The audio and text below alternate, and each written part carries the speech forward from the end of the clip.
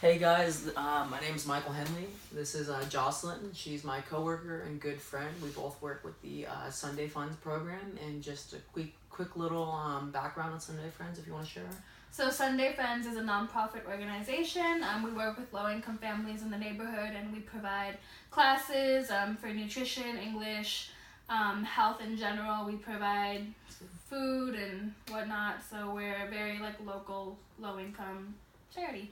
And our specialty is facilitating these classes.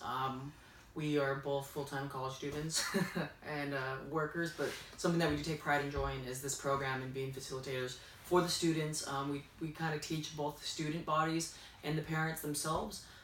We're just going to be going through in a conversational matter, going to have fun with this interview, and just keep it brief because I know our time limit is, I think, 3 minutes, so we're just going to keep it brief.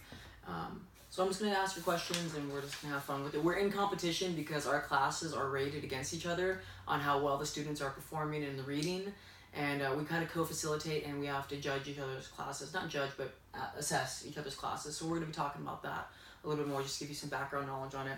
So Jocelyn, have you noticed any changes in my leadership skills over the past few months with the parents and the students? Yes, you've learned to verbalize yourself a lot more. You definitely talk things out more than command. Yeah, I'm notorious for kind of being straight to the point, and that's something that I've been working on due to this class and my other class I'm taking at ASU. So in just a little background about the concept, so I'm going to be explaining to Jocelyn as we're going through this. In Module 2, we learned that leaders should be open and candid, and before I started taking this class, I think I was very closed off. I don't know, what's a good word to describe? A dictator? A dictator. Okay, I'm not a dictator, but and then being open, candid, and when it's appropriate to disclose certain situations was something that we learned in this class and something that I've been actively implementing in my leadership skills with the Sunday Friends program. So next question, have you seen an increase in my capabilities to motivate students? Yeah, your system's been a lot more productive. You could see a change in the kids when you walk into the classroom. That was due to a concept I learned in this class being called social perception, or being socially perceptive, I guess would be a better way of saying it. And that's been my kind of key to motivating the students. For example, we have James, who's kind of troublesome. We share that student, I believe. He hops back and forth between our classes. And I found that motivating him with the hostess cupcakes works great. So he's food motivated, and it's really brought him up to shine, being socially perceptive on what motivates him, and his background too. He really leans heavily on the male figures in his life, and I've been fortunate enough to become one of his role models in a sense, and just being socially perceptive of his household, his family situation, and his family norms and what motivates him has really been able to help me bring him out of his shell. I tried focusing on his real life strengths, and he's actually he takes pride in teaching other students things that they don't know. For example, the iPad program, we got funded for iPads, but we have to utilize them, and the scores are on there, and he really enjoys helping other students get through the little UI system that they have for the apps. So Jocelyn recently assessed one of my classes, I think last Sunday. So with that in mind, how do you think my session went? It was good. Not as good as my class. We're in competition. But it was good. Like I said, you learn to communicate a lot better with the kids. And it's not just like a demand respect type of situation anymore. You actually have gotten to the point where you can communicate openly, not just in a very direct manner. Yeah, but in regards to the way I've been setting up the classes or trying to reach the students to obtain their goals, how do you think that's been going? Because we beat her last week. We won the free pizza, so got to take some pride in that one.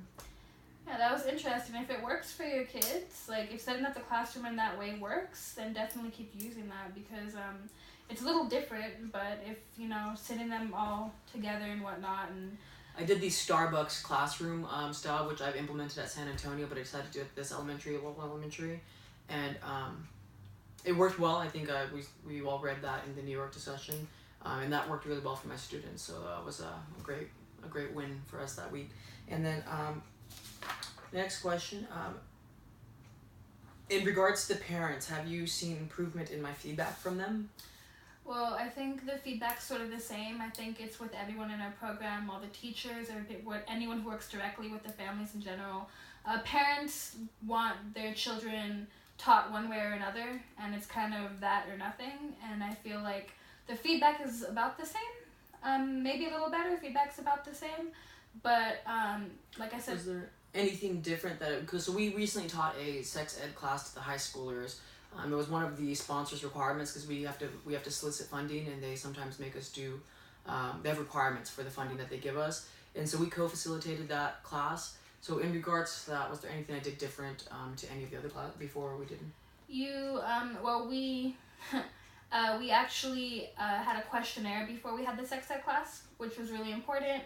We know a lot of our families are very religious, so there were certain things that we kept out of the class, but we gave in informational panels.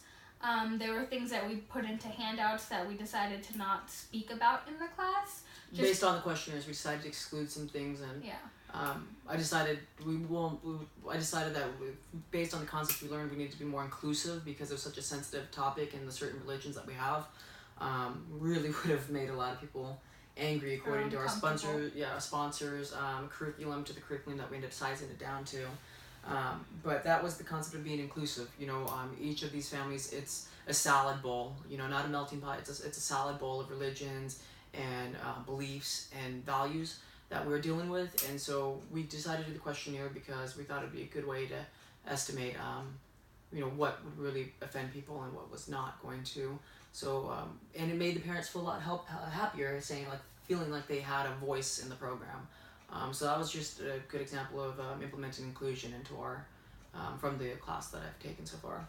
And then last question, background, we have high school volunteers that come and tutor, and she's very sweet with them. However, I am not so. They are very immature, and I know it's something that I need to work in, so I'm just going to ask her if there's been any changes. So have you seen any changes and differences in the way that I've been working with the high school volunteers?